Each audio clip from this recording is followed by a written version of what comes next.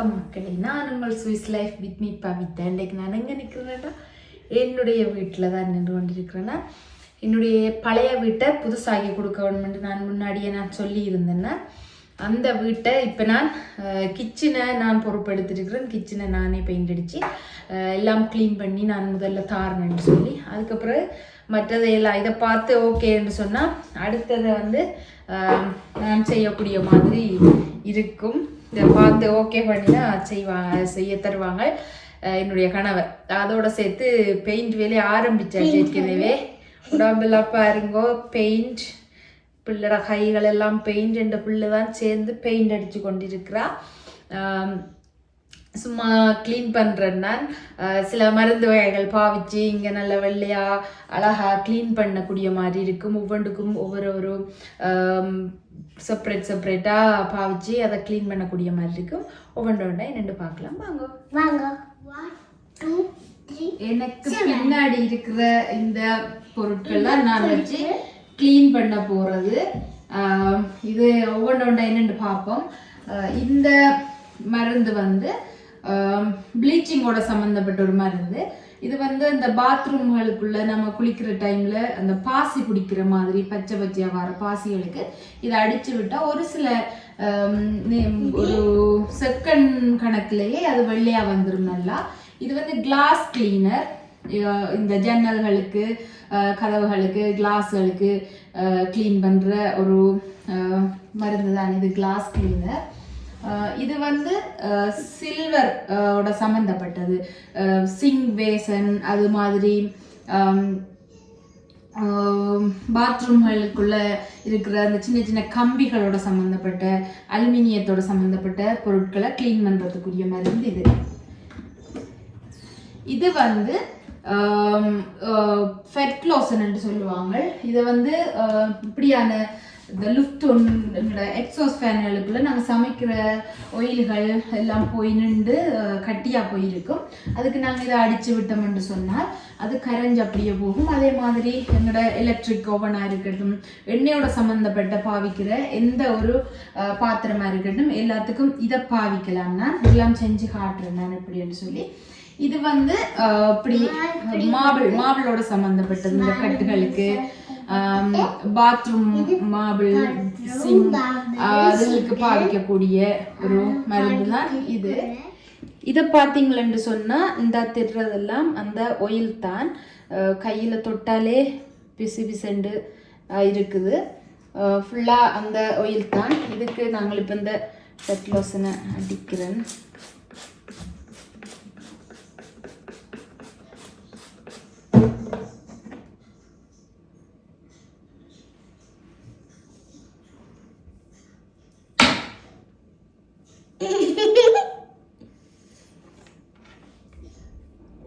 பார்த்தீங்கன்னா அழகா அது அந்த அவ்வளவு ஒயிலும் அதிலிருந்து இறங்கி வர்றது அப்படியே தெரியும். இதை இப்போ நாங்கள் தண்ணியில் இதை நாங்கள் வாஷ் பண்ணால் சரி. இதை கையால் தொடக்கூடாது. நான் இப்போ கையால் தொட்டு கொண்டு இருக்கிறேன்னா இப்போ பார்த்தீங்கன்னாலே தெரியும் அது கரைஞ்சி போய் கொண்டிருக்குது.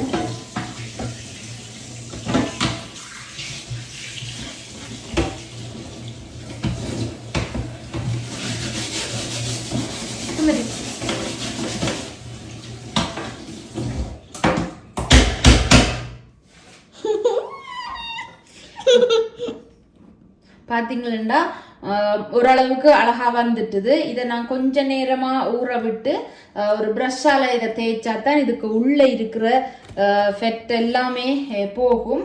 இதை நாங்கள் இப்போ அடிச்சு வச்சு விடுவோம்.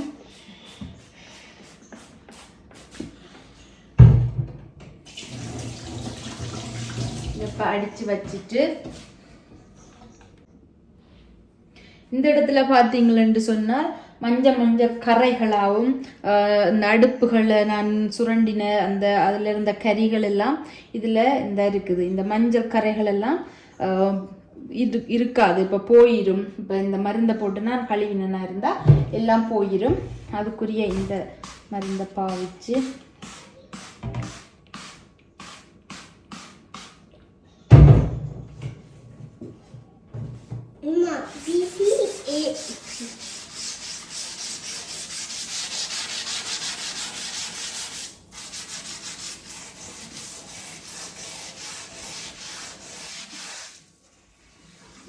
பார்த்தீங்களென்றாலே தெரியும்.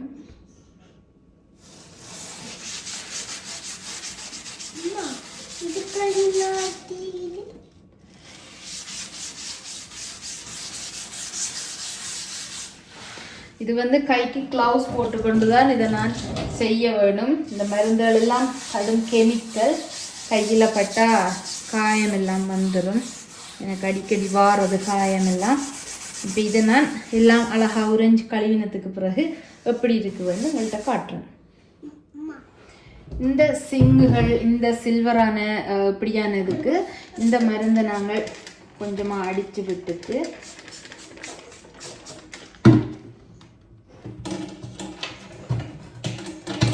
துடைக்கிற ஒரு துணியால் சும்மா துடைச்சி விட்டாலே போதும்.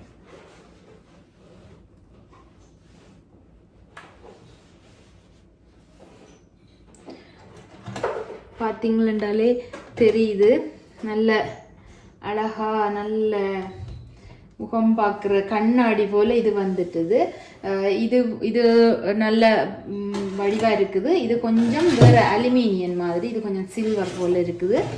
அதால் இந்த ஆனால் இதுக்கும் நல்ல ஷைனிங்காக வந்துட்டு துடைச்சதுக்கே இதுக்கு நான் ஒரு நார்மலாக கம்பி ப்ரஷ்ஷை போட்டு இதை தேய்ச்சி விட்டுட்டு தண்ணியை திறந்து விட்டாலே இவரை நார்மலான பழமையான கலருக்கே வந்துடும்.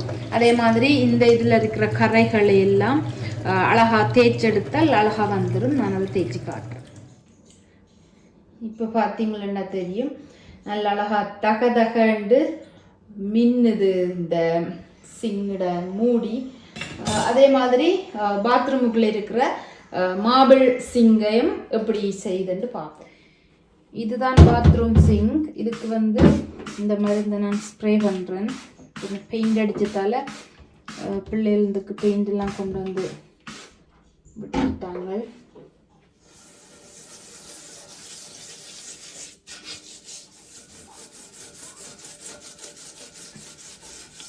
பெயிண்ட்டுக்காக நான் அந்த கம்பி ப்ரஷ்ஷை போடுறேன். இல்லைன்னா நார்மல் ஸ்பொஞ்ச் பாவிச்சாலே ஓகே ஆயிடும்.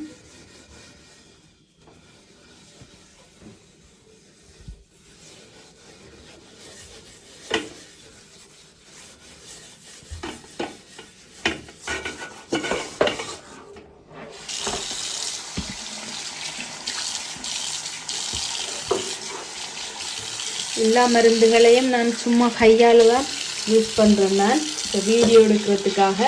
ஆனால் எல்லாத்துக்கும் க்ளவுஸ் போட்டு தான் செய்ய வேணும். அப்படி இல்லைன்னு சொன்னால் அவதானமாக இப்படி கையாலெல்லாம் மருந்து படுற மாதிரி இல்லாமல் அவதானமாக செய்தால் நல்லா இருக்கும்.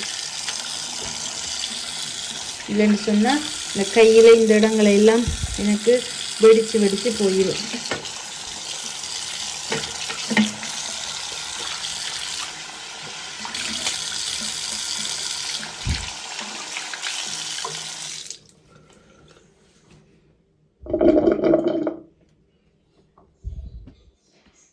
இப்போ பார்த்தீங்களா நல்ல க்ளீனாக இருக்குது. இப்போ இதுக்கு அடுத்த தரம் இது காஞ்சதுக்கு பிறகு தண்ணியை பாவிக்கிற டைமில் நல்ல க்ளீனாக இருக்கும். அங்கே இங்கே சோப்புகள் திட்டாக இல்லாமல் எல்லாம் படிஞ்சு அழகாக ஷைனிங்காக இருக்கும். நான் இப்போ இந்த மருந்து ஊற்றி ஒரு 10 நிமிஷம் ஆயிட்டுது. இப்போ இந்த மருந்தில் பாருங்கோ, அந்த கரையாக எங்களுக்கு தெரியாமல் இருந்தது எல்லாமே இதில் வந்துட்டுது. நான் கையால் தொட்டு காட்டுறேன். இந்த கலராக வந்துட்டுது. இன்னும் கொஞ்சம் விட்டோம்னு சொன்னால் நாங்கள் பெருசாக கம்பி ப்ரஷ் பாவிக்க வேண்டிய அவசியமே வராது.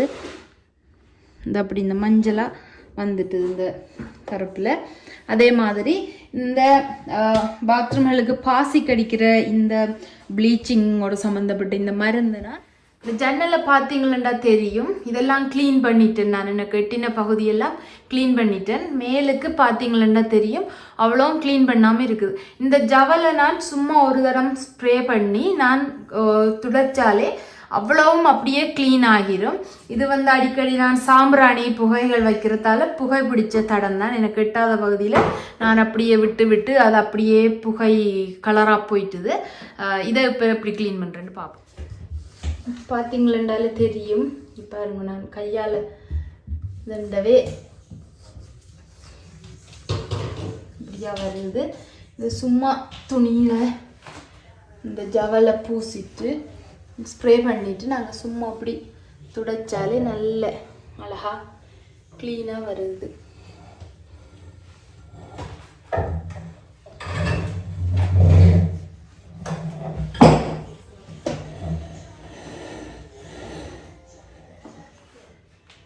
இப்போ பார்த்தீங்களா நல்ல வெள்ளையாக தகதகண்டு மின்னுது.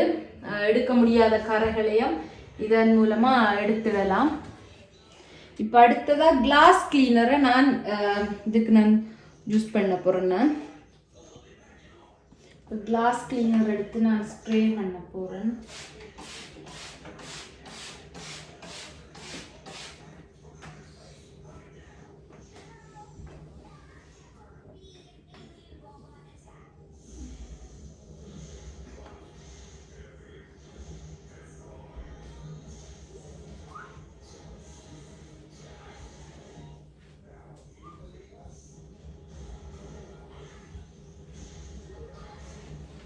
இந்த பகுதி நல்லா க்ளீன் ஆகிட்டுருது. இப்போ இதில் அடுத்த பகுதியை க்ளீன் பண்ணணும்.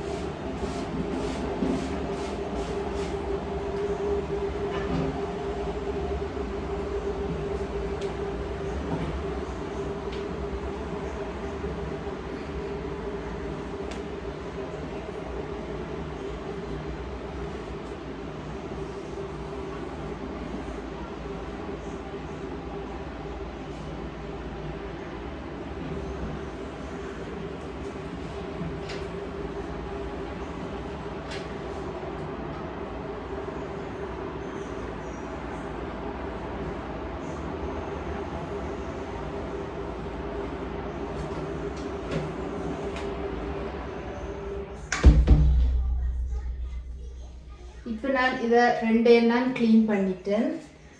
பார்த்தீங்களா அந்த ஜன்னலுக்கும் இந்த ஜன்னலுக்கும் வித்தியாசங்கள் இருக்குது.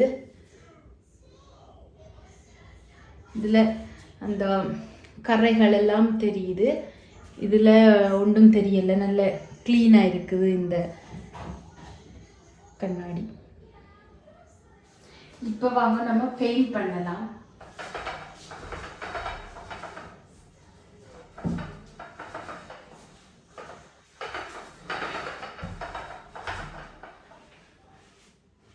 கையில் சீலையை கையோடைய வச்சுக்கொண்டு கீழே படப்பட துடைச்சோம்னு சொன்னால் ஈஸியாக இருக்குது, நமக்கு ரெண்டு வேலை இல்லாமல் இருக்கும். ஏற்கனவே நான் ஒரு லைன் அடிச்சிட்டேன். நான் இதுக்கு சும்மாவே இந்த பகுதியெல்லாம் க்ளீனாக தான் இருந்தது. சமைக்கிறது கிட்ட தான் கொஞ்சம் வாங்க துளி துளியாக பறந்து போயிருந்தது. இது கொஞ்சம் கீழே தான் அடிக்க வேண்டியிருந்தது. என்னென்னு சொன்னால் கீழே பார்த்தீங்களேன்னு சொன்னால் மஞ்சளாக சில இடங்களில் இருக்குது. அது இந்த வீடியோவுக்கு சரியாக தெரியுது இல்லை, ஆனால் மஞ்சளாக இருக்குது. அதை நான் இப்போ எப்படியாவது 2-3 லேயர் அடித்து அதை க்ளீன் பண்ணியே ஆக வேணும். இப்போ பெயிண்டில் அடித்ததுக்கு பிறகு இந்த கபர்ட்டுகளை எல்லாம் இந்த ஸ்ப்ரே எல்லாம் பண்ணி துடைச்சி நான் இதை க்ளீன் பண்ணி காட்டுறேன். அப்படி இருக்குன்னு பாருங்கள்.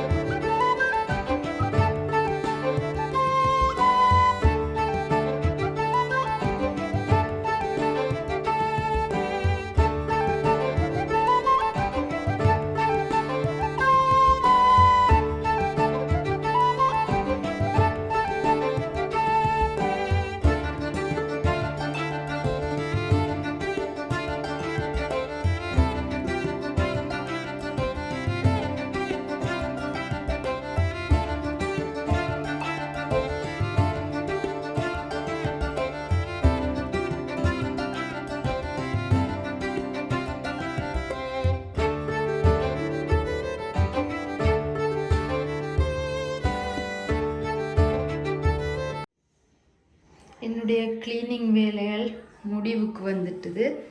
இவ்வளவுதான் என்ற கிச்சன். நிறைய கபர்ட் எல்லாம் இல்லை, அதால் கபர்ட்டுக்குள்ளே இருக்கிற சாமான்கள் எல்லாம் எடுத்துட்டு உள்ளுக்குள்ளே இருக்கிற தட்டுக்களை எல்லாம் க்ளீன் பண்ணிவிட்டு, இது சமைக்கிற டைமில் வார டேமேஜ் தான். நான் இது என்னுடைய இதில் இதுக்கு முன்னாடி இந்த வீட்டில் இருந்தவங்க இப்படியே தான் தந்துட்டு போனவங்க, அதனால் ஓகே இது க்ளீன் பண்ணியாச்சு. அடுப்பையும் ஒரு படியாக க்ளீன் பண்ணியாச்சு நல்லபடியாக.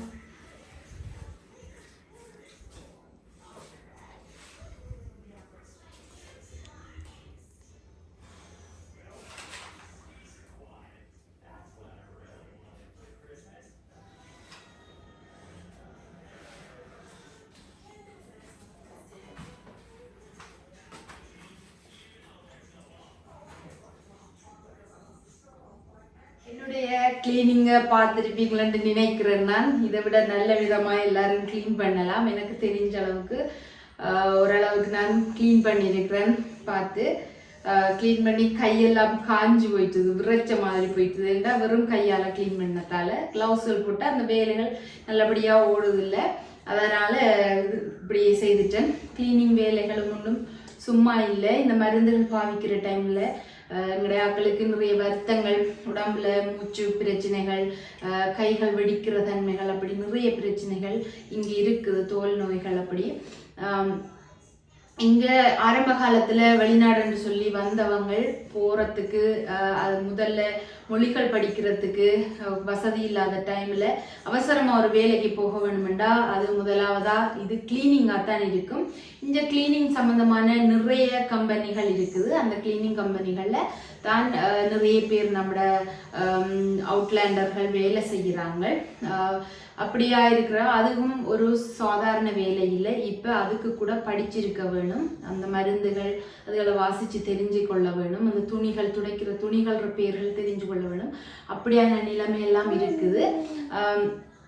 அதே நேரம் உனக்கு என்ன கிளீனிங் தானே, சும்மா வெளிநாட்டில் கக்கூசு கழுவுற வேலை தானேன்னு சொல்லி எல்லாரையும் கலாய்ப்பாங்க. அப்படி இல்லை, உண்மையாக பார்க்குற நேரத்தில் எல்லா வேலையும் கஷ்டமாக தான் இருக்குது. அந்த மருந்துகள் அந்த வாசங்கள் சிலருக்கு பிடிக்கிறல்ல, அந்த ஹெவியான மருந்துகள் பிடிக்கிறல்ல, அப்படியான வேலைகள் தான் இங்கே அதிகமாக செய்கிறது. இப்படியா குளிர்குள்ள மழைக்குள்ள இப்படியான கிளீனிங் வேலைகள் எல்லாம் செய்து தான் எங்களோட மக்கள் வந்து புலம்பெயர் தமிழர்களாக இருந்து கொண்டு புலம்பெயர் தமிழர்களாக இருந்து கொண்டு எங்களோட நாட்டு மக்களுக்கு கஷ்டப்படுறவங்களுக்கு அனுப்பி கொண்டிருக்கிறாங்க. ஆனால் அங்கே இருக்கிற ஒன்று ரெண்டு சில பேர் வீடியோகளில் பார்க்குற டைமில் நாங்கள் அங்கே வேலைக்கு போகிறோம், இங்கே வேலைக்கு போகிறோம், வீட்டு வேலைக்கு போய் தான் உழைக்கிறோம். இங்கேயும் வீட்டு வேலைக்கு போய் தான் உழைக்கிறாங்க. இங்கேயும் வெள்ளையர்கள் வசதி படைத்தவங்களோட வீட்டில் போய் இதே மாதிரி கிளீன் பண்ணி அவங்களோட பிள்ளைகளை ஸ்கூல்ல இருந்து எடுத்து கூட்டிட்டு வந்து அவங்களோட பிள்ளைகளுக்கு சாப்பாடு தீத்தி அவங்களோட பிள்ளைகளை பார்த்து அப்படியான வேலைகள் தான் இந்த யூரோப்ல நிறைய இடத்துல நடந்து கொண்டிருக்குது.